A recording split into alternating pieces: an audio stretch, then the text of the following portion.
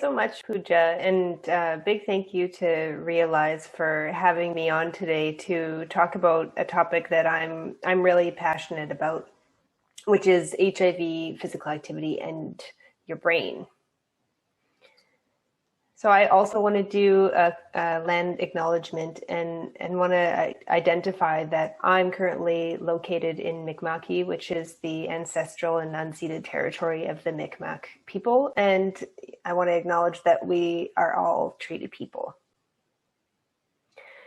So I thought I'd start by giving you a little bit of a background about how I came to be interested in how the brain changes and adapts based on the inputs that we give it.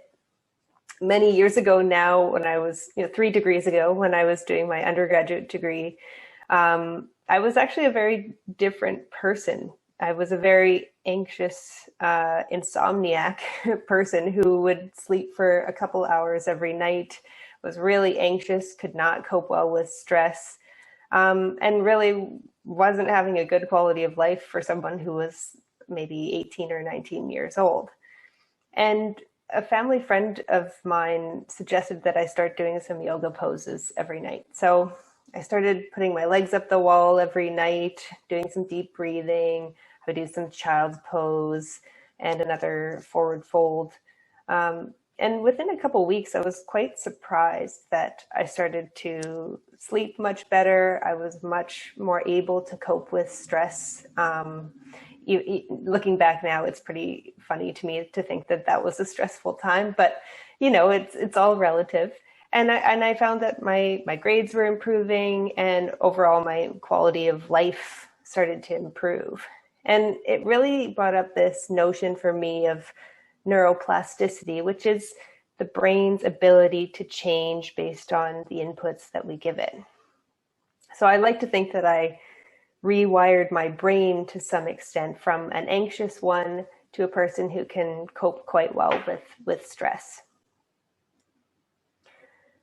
I have 4 questions that I would like to answer. And of course, if you have questions at any time, feel free to either unmute yourself or put it in the chat, because this can be an ongoing discussion for the next half hour or so. The first question is, what is cognitive function? What does that actually mean? What are we talking about when we're talking about cognitive function? Number 2, does physical activity improve brain health or cognitive function? Number 3, how does it change brain health? What's happening in the brain that allows the brain to adapt more easily? And then number 4, what's the best exercise prescription for improving my brain health? So those are the questions I'm hoping to answer for you today. So the brain will adapt based on the challenges that we give it, and it will grow new connections based on this input. And at the same time, it will also start to prune or pare down connections when it isn't given input. And the classic study that kind of exemplifies this is the London taxi driver study, where what they did was they took images or pictures of the brains of taxi drivers and bus drivers in London. Now, typically, London taxi drivers have to train for many years to learn their way around the complicated streets of London. Bus drivers, on the other hand, just drive in set routes and don't have to learn any new routes once they've learned their main one. And what they found when they looked at the scans of these people's brains was that the taxi drivers had larger parts of their brain responsible for short and long-term memory. This is called the hippocampus. And they were larger than the bus drivers. And the size of the hippocampus, the part of the brain, was associated with the number of years that they'd been driving. So this really shows us that the environment plays a really important role in how the brain can adapt. So I really like this little quotation on the screen there, saying that the principal activities of brains are making changes in themselves. So your brain is constantly adapting based on the input that you give it, and it will also prune down or get rid of connections when there isn't input. So to answer the first question, what is cognitive function? I'm not talking about mental health or mood when I'm talking about cognitive function. I'm talking about your brain's ability to think, remember, plan, pay attention, and make decisions. There are 5 main cognitive domains that I'll talk about. There are many others, but these are the ones that I'll focus on for you today. Your episodic memory is kind of the who, what, where, when kind of knowledge. So I went to this school in this year, or this is my best friend's name. Those types of things. And then working memory is kind of like a mental sticky note that keeps track of short-term information. And then we have processing speed, which is your brain's ability to think quickly and decisively. And then we have your attention, which is your ability to concentrate.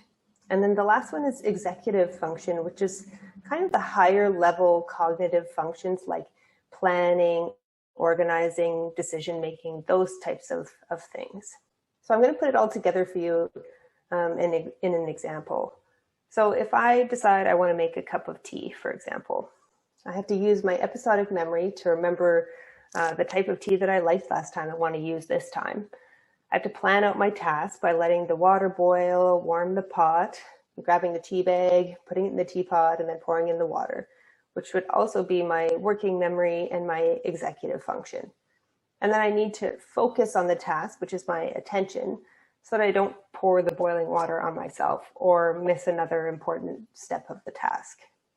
And then throughout the process, I need to monitor the water to make sure it's boiling. That's my attention and my processing speed, to ensure that I can pour the water onto the tea bag at the exact right moment. So all of these different domains of cognitive function work together for me to be able to complete a task. Cognitive impairment is quite common among people living with HIV. So about 30 to 60% of people living with HIV have some form of cognitive impairment or another. And this cognitive impairment is still quite common even with antiretroviral therapy, but fortunately the more severe forms of cognitive impairment, such as HIV-associated dementia, are much less common. But the milder forms of cognitive impairment, such as asymptomatic neurocognitive impairment and mild neurocognitive disorder, are still quite common. So if you have a look at my little pie chart here, the red part here, I don't know if you can see my mouse, is the asymptomatic neurocognitive impairment. So these are people who don't really notice any problems with their cognitive function, but when we test them using cognitive tests, they score a little bit lower than the average person. And then here we have mild neurocognitive impairment. And these would be people who notice that they have problems with their cognitive function and they're scoring poorly on cognitive tests.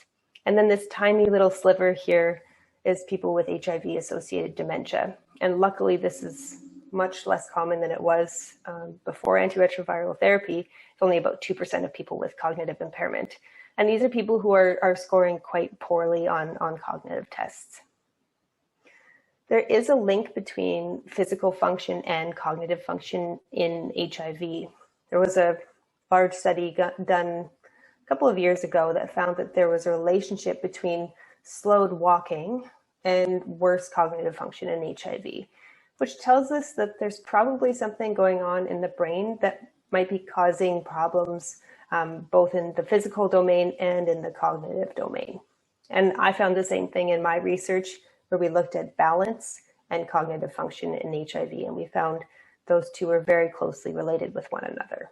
So this really tells us something's happening in the brain that's causing problems in both of these areas, likely. So we know that cognitive impairment can have a really important and meaningful impact on many aspects of people's lives. So things like doing your grocery shopping, doing your taxes, maintaining meaningful relationships with your friends and family, your quality of life, your ability to work. People living with HIV have 2 to 3 times the unemployment rate, and taking antiretrovirals, which we know is really important. So even mild cognitive impairment can have a really important impact on people's lives. A few definitions before I get too far down the rabbit hole with physical activity. So I want you to think of physical activity as the umbrella, and that's any body movement that gets your heart rate up. And then exercise is underneath that umbrella, and that's physical activity that's planned and structured, and you have a goal in mind. So for example, if I want to go to the gym because I want to get stronger, that would be a form of exercise. Aerobic exercise would be anything like walking, biking, cycling, things that get your heart rate up. And then resistance exercise would be something like strength training or weight training, so lifting weights or using your body weight. And then mind-body exercise are types of exercise that have a physical component and a mental component. So that's things like Tai Chi and yoga. So it's just so that we're all on the same page when I go through the next few slides. How are we currently doing with physical activity in HIV? About 51% of middle-aged people living with HIV are meeting our current physical activity guidelines. And those guidelines are 150 minutes of moderate intensity physical activity per week. So that equates to about 5,900 steps per day. Now, when we look at older people living with HIV, the rates are much lower. So only 14% of those individuals are meeting the current physical activity recommendations. So that's about 3,400 steps per day. And then oftentimes when we think of physical activity, we think of walking, maybe biking, swimming. We often forget about strength and balance training, which we know are really, really important for people living with HIV. Now I'm going to turn to the literature a little bit. So a little bit of an explanation about this slide is that these are what we call cross-sectional studies. And what they are is we're really just looking at a snapshot in time. And what we found is that physically active people have a lower risk of cognitive impairment and dementia. But it doesn't tell us what the direction of that relationship is. So it could be that people with better cognitive function are simply just more physically active. So we need a little bit more information. We need to follow people over long periods of time to determine what's causing what or what's contributing to what. Adria, can I interject for a second? Of course. There's a question about whether there have been any studies of HIV-associated neurocognitive impairment versus just dementia in general. Like exercise studies, looking at the impact on, so there's my research, which has looked at people with HIV in general. We didn't necessarily include people who had cognitive impairment, but I'll kind of explain this a little bit better, actually. I'm going to back up a little bit. So we included people who said, you know what, I feel like I'm having trouble with my cognitive function. We didn't necessarily take people if they scored poorly on cognitive tests, but we like to think that that's just as important when someone says, I'm feeling that I'm having some difficulties in this area. My research was just a pilot study, so it's really hard to say how effective an exercise intervention is, but that's why we're looking at a lot of research in this talk. We're looking at HIV negative people, but a lot of those principles apply, we think, to HIV as well. But hopefully over the years, more and more studies will happen that will tell us if it's the same case in HIV. I hope that answers the question.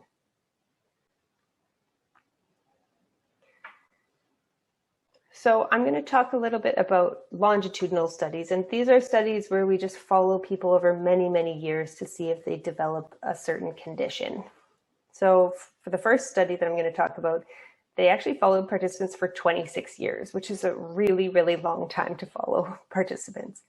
And they found that about 5 hours per week of physical activity was associated with better cognitive function. 5 hours a week is quite a lot, but that did seem to be the cutoff in that study.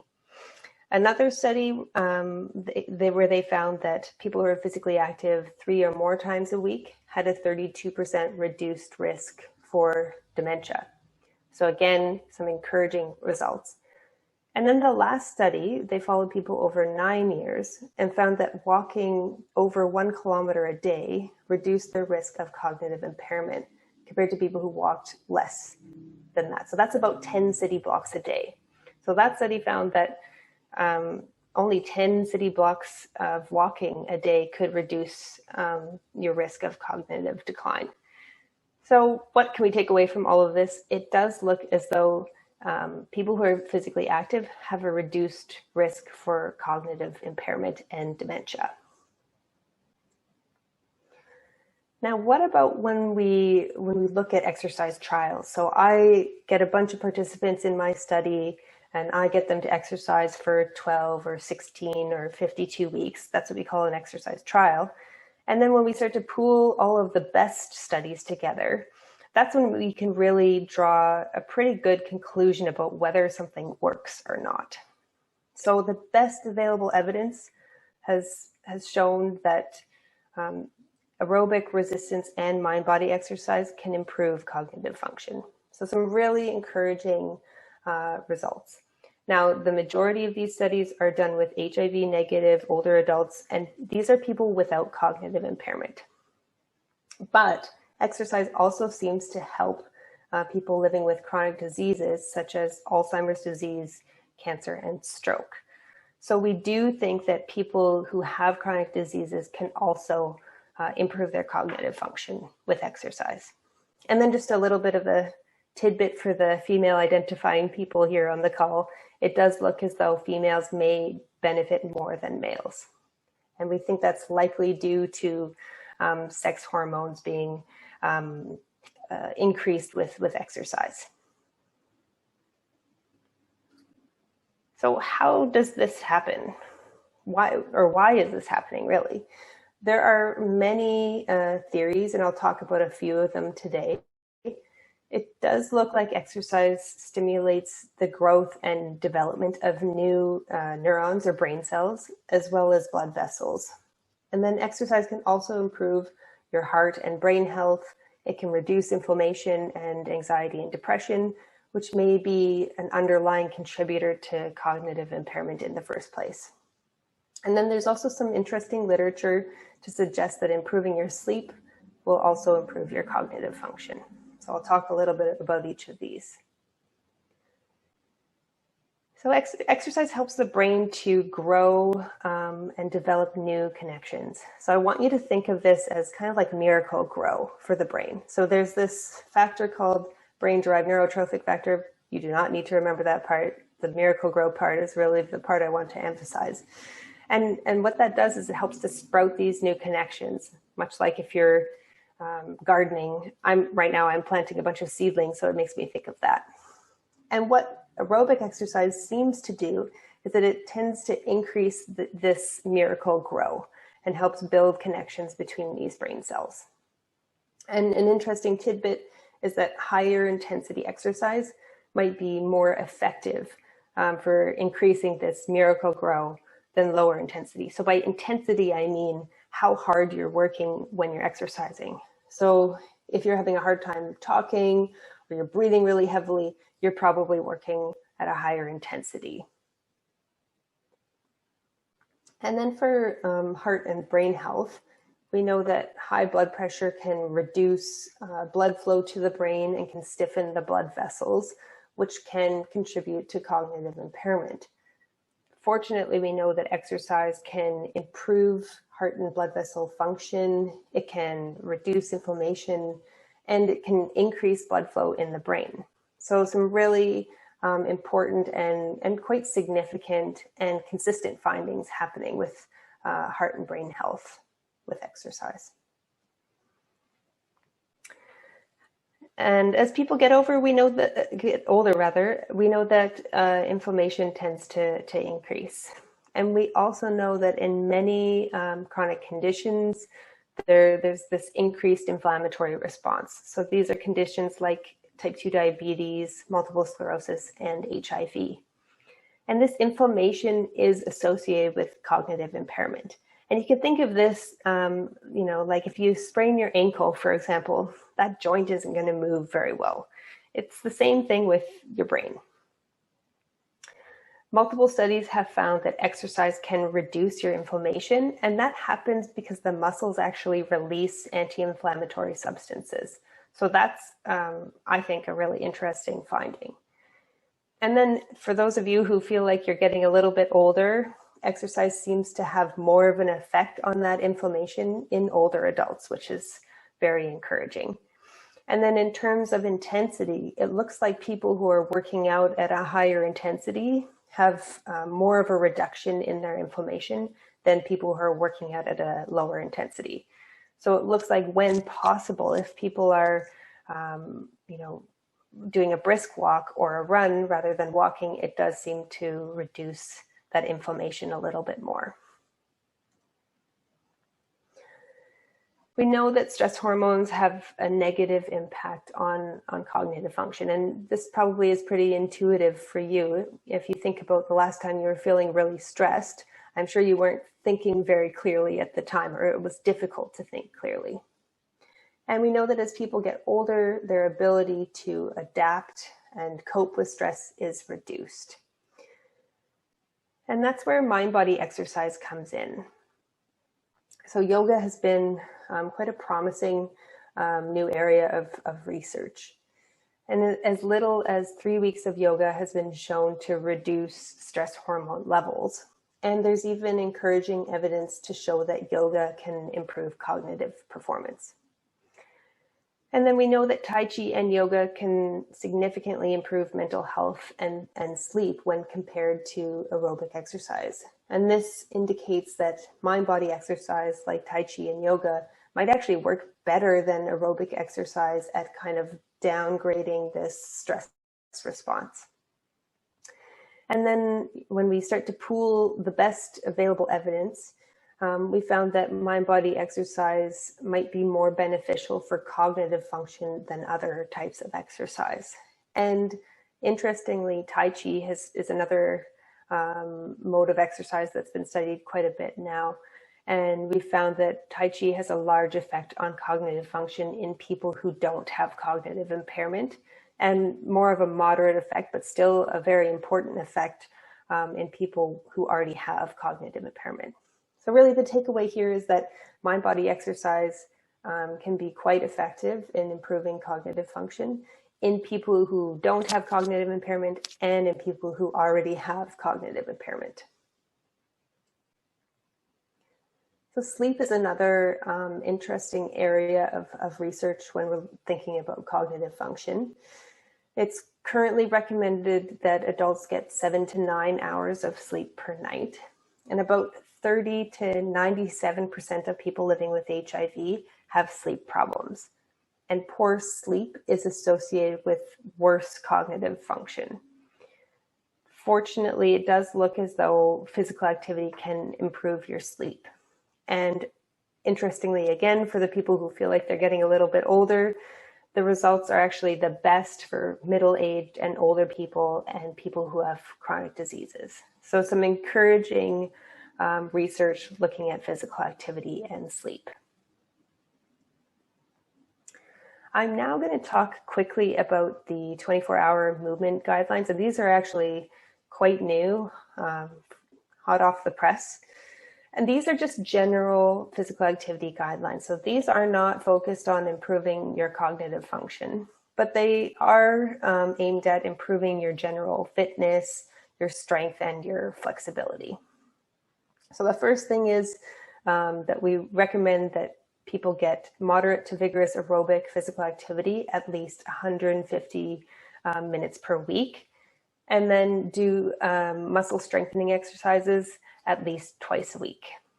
And then they recommend several hours of light physical activity, so things like standing or slow walking around the house, just really changing positions. And then 7 to 9 hours of good quality sleep, which might be a challenge for some of us. And then limiting sedentary time, so sedentary meaning sitting or lying down during the day, to 8 hours or less. and then no more than 3 hours of recreational screen time, which is definitely a challenge in COVID times, and breaking up long periods of sitting as often as possible. So it's really a lot, the prescription that they're recommending. Now I'm going to talk about the best prescription for improving your brain health. And these slides are based on research done with older HIV negative people. And these prescriptions are based on improving your brain health specifically. So what type of exercise is the best for improving cognitive function? It does look as though aerobic, strength, and mind-body exercise all improve your cognitive function. And as I mentioned before, mind-body exercise is really emerging as a front runner for improving brain health. It does look as though combining different types of exercise can be really effective for improving your cognitive function. And the majority of that research has been done with combining aerobic and strength training. So that's why it says that it's the most effective. It's really best to try and keep your brain guessing as much as possible. And that's that input that you're giving to the brain to have it grow those connections with that miracle grow. What I tell my clients is to try and do the type of exercise that they enjoy, and to try to add in some resistance training and some balance training into their routine at least a couple times a week. How often should you be exercising? Really, what the research is saying that the more you can do, the better. And they're saying about 5 to 7 exercise sessions of all types per week are better than less frequent sessions. Now, that's not to say that a little bit won't do something. Overall, it does look like even walking those 10 city blocks a day can still benefit your cognitive function. So don't feel like you need to jump in and start exercising every single day, because you will still get some benefit from even doing a little bit at a time. Now, how intense should you be working? So it does look as though any intensity is likely to improve your cognitive function. I often use the rate of perceived exertion with my clients. So this is a scale of 1 to 10, with very light activity being a 1. So you're hardly exerting yourself at all there. And then light activity feels like you could maintain the activity for many hours. It's easy to breathe and carry on a conversation. And then moderate activity is where you start to breathe heavily. You can hold a short conversation, and it's mostly comfortable. When we get into the vigorous activity, that's when things start to become borderline uncomfortable. You might be short of breath and maybe can only speak a sentence at a time. Very hard activity is where it's quite difficult to maintain the intensity, and you can barely breathe and speak only a few words. Really, we want people to be in this range. So this 4 to 6 to 9 kind of range. That's where you're most likely to improve your cognitive function. So there's quite a large range with that. It does look as though higher intensity activity can provide more health benefits, and it can help you improve your fitness levels more effectively. So more intense activity is better for your general health, but in terms of cognitive function, anywhere in this range should work well for you. And then how long should each exercise session be? It does look as though each session should ideally last about 45 minutes or longer for cognitive function. I will say, though, that if your session is really quite intense, you're working really hard and you're having a hard time keeping a conversation going, you're quite short of breath, then the time will likely be much shorter, and that's totally fine. So the intensity will often drive how long you're able to exercise for, and that's totally fine. And then how long should your program be? And it turns out that this is actually the most important factor.